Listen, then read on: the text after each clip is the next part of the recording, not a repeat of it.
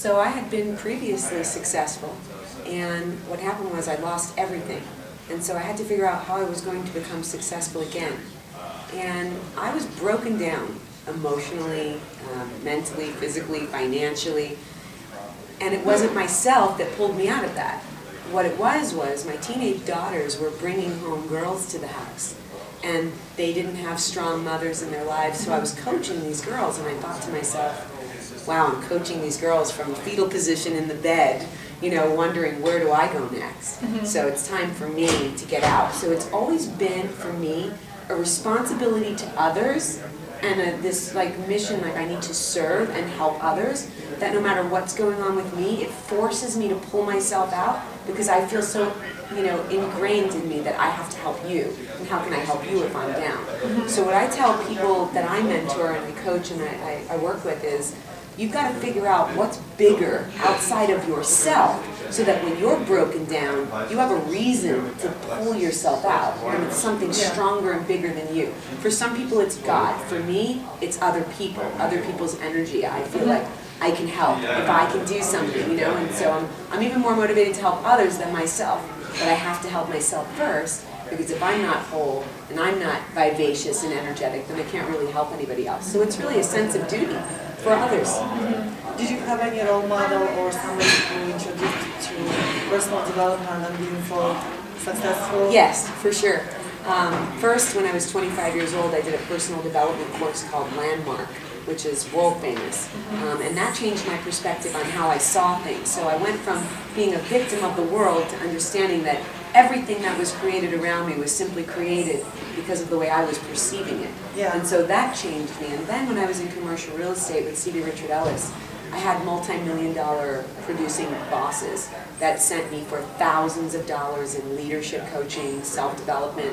And so I was very lucky that I was constantly in an environment that promoted self-growth. And I had all of these tools available to me constantly. And since then, I mean, my mentors are Bill Walsh, Sharon Lecter, John Scher, the video professor, billion-dollar producer, Mike Muni, creator of ACT. I surround myself with people that have achieved such greatness at such high levels because I believe that when we're sharing a space together, we're mixing. And so I'm changing and so are you. So I'm very careful with who I allow around me. So you say that environment, people around you, your environment is very important. You're taking it in. And I noticed that so many people, they can get rid of negative friends or schoolmates, but what if your family members do not believe in you and tell you that you can succeed? So I believe that family is still a choice. I feel here at CEO Space like I am with my family right now. So family is a very relative word. There are people that are very dark and negative in my biological family that I don't have anything to do with, because it's just a dangerous situation in so many ways, right? So for me, family just means the people that are always around you, supporting you, and making you strive to the next level. I create my own family. Oh, that's great. And I'm sure you had so many failures and setbacks before you. How did you deal with that? Why you didn't give up? I think that the reason I didn't give up was because I had 2 teenage daughters that were looking up to me, and they had always lived a very nice lifestyle. And so I really felt a sense of obligation to them first. And then again, when their friends came to the house and I coached and mentored them, I really felt like I can't successfully coach people from this bed in a fetal position. It just brought me back, and it just reminded me, you are here to help and coach others, but you can only do that if you're whole yourself. So I had to get back to me, and the way I did that was just through hard work, really.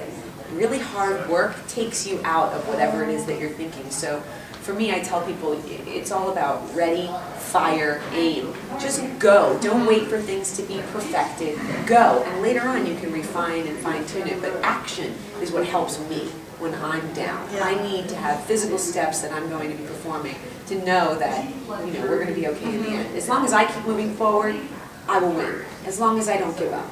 And do you have any suggestions how they overcome fear of rejection when people tell them no? I can't imagine people tell you no, but...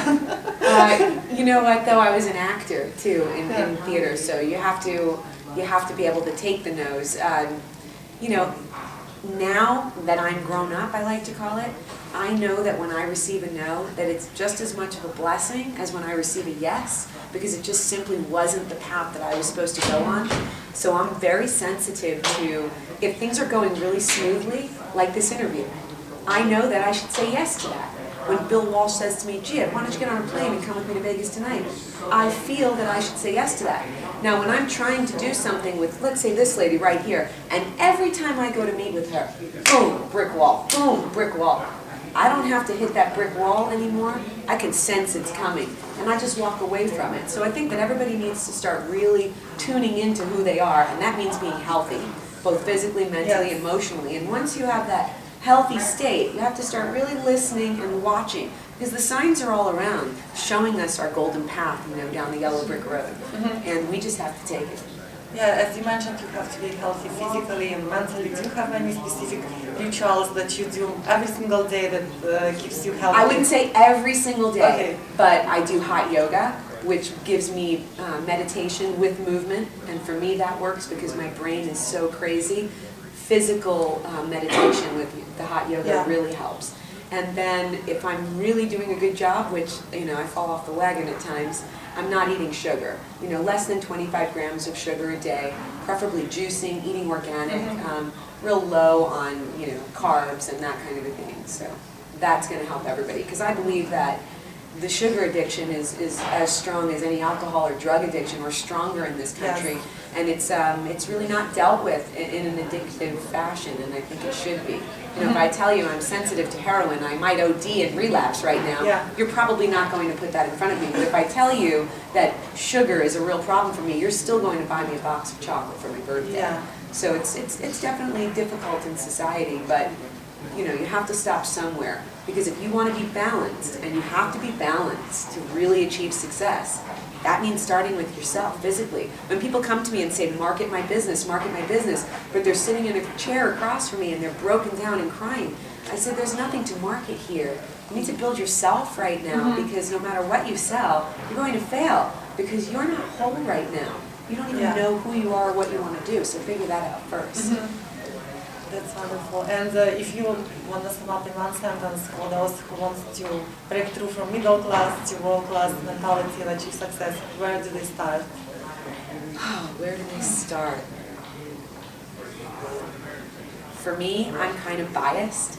I think that you should start by connecting with other people and really start to build who you are. So let's say that you're selling a weight loss product, shake. You need to embody that, right? You need to, whatever it is that you're selling, you should be able to walking, talking advertisement for it, because that's integrous, okay? When I see business coaches that are, popping pills, drinking alcohol, and sleeping with married men, it rubs me the wrong way, Yes. And so I say, be who you are, walk the talk, and then use Facebook to spread it to the masses, how wonderful you are, because it's so easy and so available. Yes. Well, thank you so much. You're welcome.